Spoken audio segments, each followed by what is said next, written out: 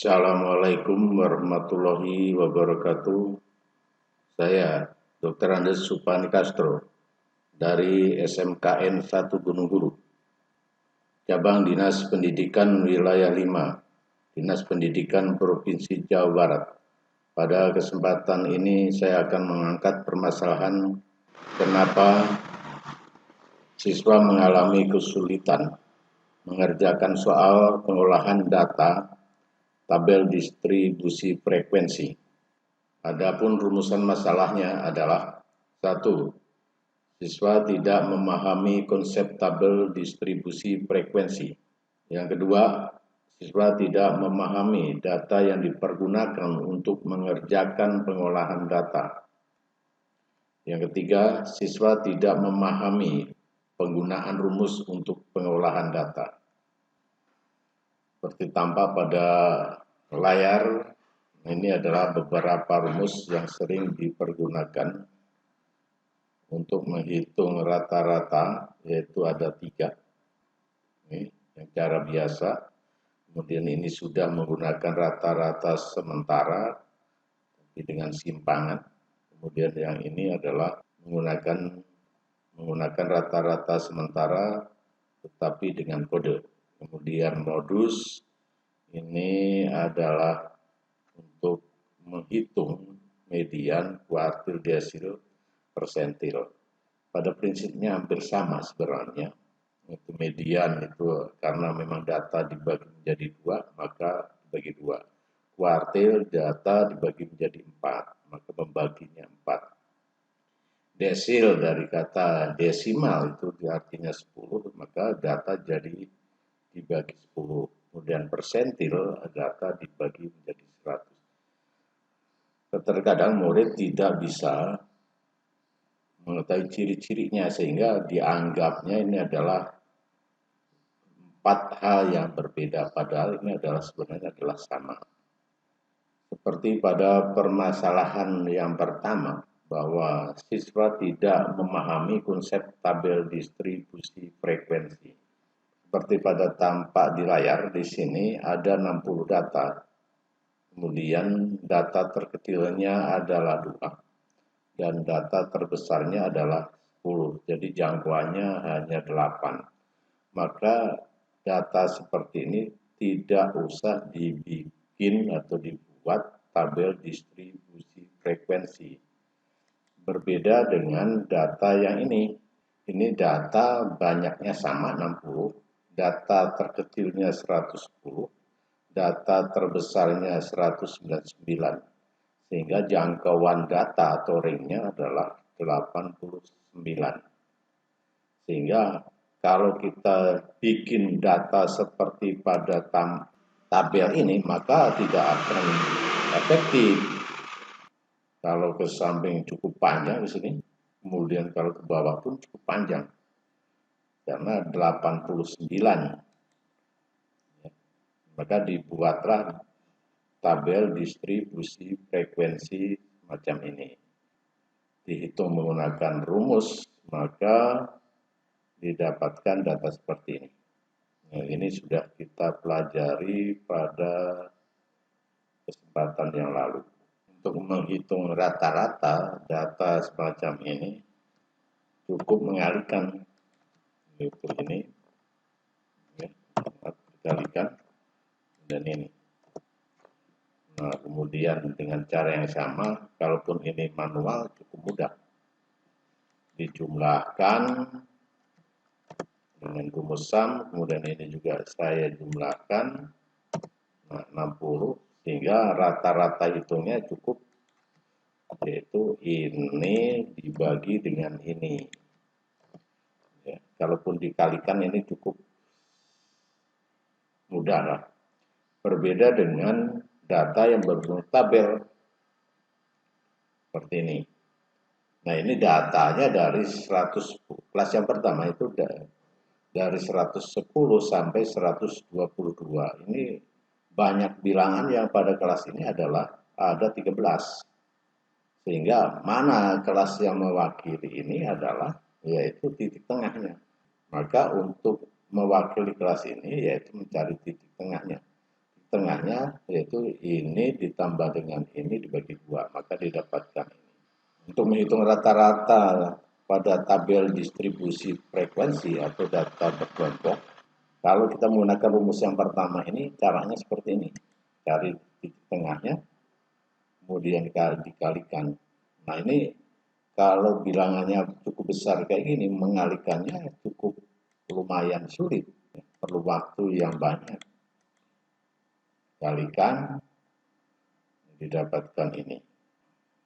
Nah, yang kedua adalah kita menggunakan rata-rata sementara dengan simpangan. Nah, kita tentukan dulu, ini rata-rata sementaranya, yang kelas ini. Maka semua data dikurangi, semua titik tengah ini dikurangi dengan 142. 116 dikurangi 142 adalah negatif 26. Sehingga ya, apabila kita hapus berasal dari sini. Kemudian ini saya tarik. Nah, ini dikalikan. Untuk mencari rata-ratanya, kalikan ini dengan ini. Ini dengan ini dengan ini, sehingga dapatkan ini. Ini cukup besar. Nah, yang lebih mudah sebenarnya adalah dengan cara kode. Dengan kode kita tentukan, jadi tidak usah mencari semua titik tengahnya, tetapi cukup satu. Nah, kode untuk yang lurus dengan kelasnya yaitu 0. Kode yang lurus dengan rata-rata sementara yaitu salah satu titik tengahnya yaitu 0, kemudian negatif 1, negatif 2, negatif 3, dan seterusnya. Kemudian perkaliannya ini dengan ini. Nah, cukup kecil, 5 dikalikan negatif 3, 15, dan seterusnya, sehingga didapatkan jumlahnya ini. Kalau kita perhatikan ternyata hasilnya ini dengan cara yang ini dapatkan, kemudian ini juga sama. Demikian juga untuk mencari modus. Modus bukan menggunakan titik tengah. Oleh karena itu titik tengah tidak usah semua dicantumkan atau ditulis. Cukup mencari dari data ini yang terbesar mana, yaitu ini. Berarti kelas modusnya ini. Nah, kalau kelas modusnya 100 dari 149 sampai 161, maka tepi bawahnya adalah 148,5. Dari mana data itu? Dari tengah-tengah antara 148 dan 149, sehingga di sini adalah 148,5. Maka nilai terkecilnya nanti 148,5 dan terbesarnya adalah 161,5. Kemudian untuk mencari median, berarti kalau ada 60 berarti tengah-tengahnya 30. 30 kita tambahkan ini 5 ditambah 7, 12 ditambah 9, 21 ditambah 14, 35. Karena ini melebihi yang pertama, maka kelas mediannya di sini. Kemudian untuk kuartil pertama yaitu data ke-15. Berarti di sini 5, kemudian di sini sampai ini 12 sampai di sini 21, maka kelas kuartil pertama di sini. Sehingga yang dipergunakan bukan titik tengah, tetapi tepi bawah kelas. Dan perhitungannya nanti berarti siswa sudah mengetahui hasilnya itu lebih dari 135,5 dan kurang dari 148,5. Nah, demikian untuk mengerjakan suatu pengolahan data dengan menggunakan tabel distribusi frekuensi.